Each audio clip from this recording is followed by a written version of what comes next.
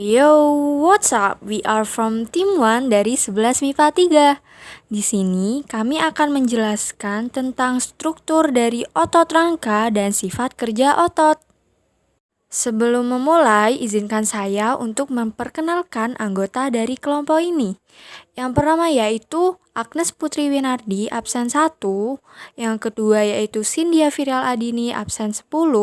Cut Putri Arniasari, absen 11. Dian Sulistiani, absen 12. Fendi Wahyu Putra, absen 15. Harun Budi Seto, absen 18. Melati Anggraini, absen 24. Dan yang terakhir, Syahrul Wildan Ramadan, absen 35. Oke, let's start.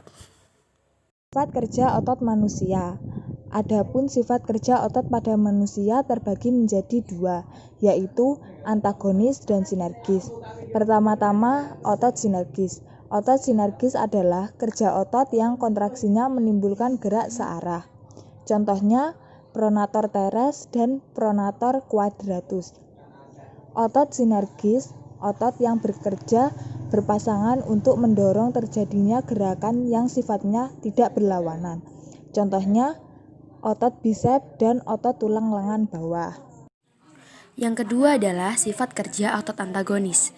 Otot antagonis merupakan dua otot atau lebih yang bekerja pada suatu sendi dan saling berlawanan arahnya, sehingga gerakannya saling menghambat. Jika salah satu kontraksi, maka otot lainnya relaksasi. Contoh otot antagonis adalah otot lengan atas yang berfungsi menggerakkan lengan bawah. Untuk menggerakkan lengan bawah atau menurunkan diperlukan dua otot rangka, yaitu otot bisep dan otot trisep. Otot bisep berada pada lengan atas bagian depan, sedangkan otot trisep berada pada lengan atas bagian belakang. Jika otot bisep berkontraksi, maka otot trisep relaksasi, sehingga lengan bawah terangkat. Adapun jika otot trisep berkontraksi, maka otot bisep relaksasi, sehingga lengan bawah turun atau lurus kembali. Efek kerja otot antagonis dapat dibedakan menjadi berikut. 1. Fleksor atau membengkokkan dan ekstensor atau meluruskan. Misalnya terjadi pada otot bisep dan trisep. 2. Obduktor atau menjauhkan badan dan adduktor atau mendekati badan. Misalnya gerak tangan sejajar bahu dengan sikap sempurna. 3. Depresor atau ke bawah dan elevator atau ke atas. Misalnya gerak tangan sejajar bahu dan sikap sempurna. 4. Supinator atau mengadah dan pronator atau menelungkup. Misalnya gerak telapak tangan mengadah dan gerak telapak tangan menelungkup. Struktur luar otot rangka ini sebenarnya terdiri dari 3 bagian. Jadi ada bagian kepala, empal otot, dan juga ekor. Nah, untuk di bagian kepala dan ekor ini terdiri dari jaringan ikat padat reguler, yaitu yang disebut dengan tendon. Tendon ini adalah jaringan ikat yang menghubungkan tulang dengan otot. Ada juga jaringan ikat bagian kepala, yaitu namanya origo. Origo ini adalah jaringan ikat yang melekatkan tulang atau melekatkan otot pada tulang yang tidak bergerak. Kemudian bagian bawahnya yaitu namanya insersio. Nah, jadi kebalikannya. Insersio ini adalah jaringan yang melekat pada tulang yang bergerak. Lalu yang bagian tengah yaitu empal otot, terdiri dari berkas-berkas otot. Berkas-berkas otot ini akan aktif dalam berkontraksi.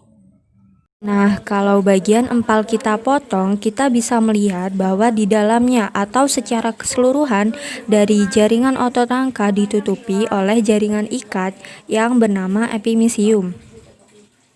Nah, jadi epimisium ini adalah jaringan ikat yang membungkus seluruh jaringan otot rangka. Jadi di dalam jaringan epimisium sendiri terdapat banyak jaringan vasikulus. Jaringan vasikulus ini juga dibungkus oleh jaringan ikat yang bernama jaringan perimisium.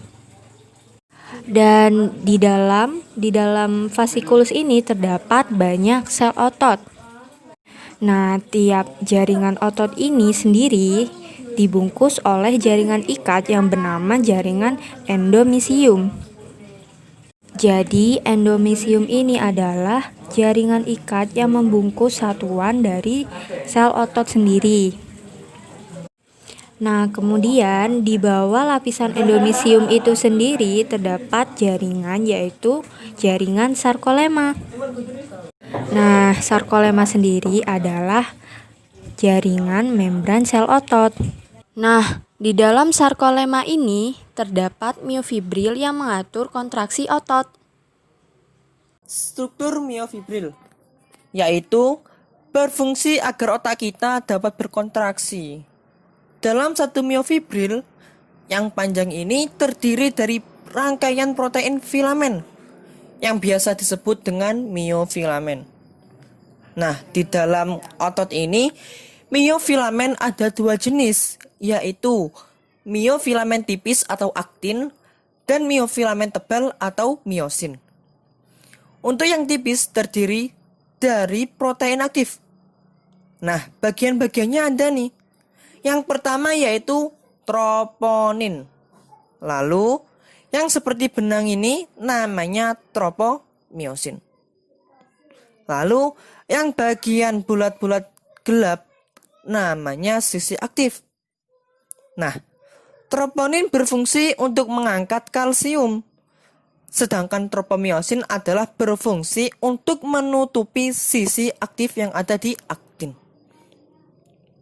Dan pada miofalen tebal atau miosin, pada bagian-bagiannya ada yang bulat-bulat nih, namanya kepala miosin. Nah, kepala miosin ini akan berkaitan dengan sisi aktif pada aktin. Jadi, tumpukan pada miofalen ini akan membentuk sebuah pipa terang gelap seperti lurik. Itulah mengapa otot rangka itu disebut juga dengan otot lurik. Nah, jadi kalau bagian miofibril ini kita perbesar, jadi bentuknya seperti ini. Nah, tadi kan sudah tahu bahwa dalam miofibril terdapat miofilamen. Yang miofilamen sendiri terdiri dari dua macam, yaitu miofilamen tipis atau aktin dan miofilamen tebal atau miosin. Nah, yang ini yang warna oranye itu miofilamen tipis, namanya aktin. Lalu untuk yang warna hijau itu miofilamen tebal atau miosin. Nah, jadi bagian ini terdiri dari beberapa zona. Nah, yang zona pita I itu terdiri dari miofilamen tipis atau aktin atau biasa atau yang warna oranye. Begitupun yang bagian kiri itu yang warna oranye itu juga pita I. Lalu untuk bagian ini ke sini itu terdiri dari aktin dan miosin. Nah, itu disebut dengan pita A. Lalu untuk yang membagi dua bagian itu namanya garis M atau garis yang berada di tengah.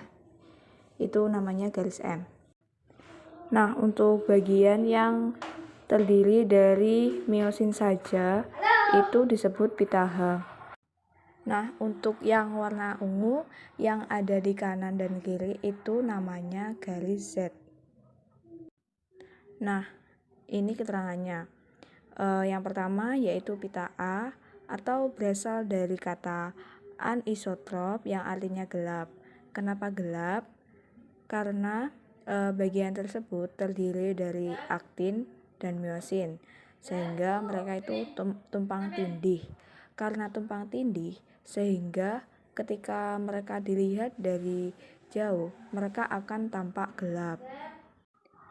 Lalu untuk pita I diambil dari kata isotrop yang artinya terang. Kenapa terang? Karena mereka hanya tersusun oleh protein aktin saja, sehingga susunannya lebih longgar, sehingga mereka akan tampak terang. Kemudian ada pita H atau berasal dari kata heller yang artinya cahaya. Dia juga tampak terang karena dia hanya tersusun oleh protein miosin saja. Kemudian ada garis M yang berasal dari kata middle shape yang artinya garis tengah. Kemudian ada garis Z atau Zwischenscheibe shape yang artinya cakram antara, atau dia bisa disebut dengan pembatas. Nah, pembatas antara apa? Pembatas antara sarkomer satu dengan sarkomer lainnya. Cukup sekian dari kami. Terima kasih sudah mendengarkan. Have a nice day.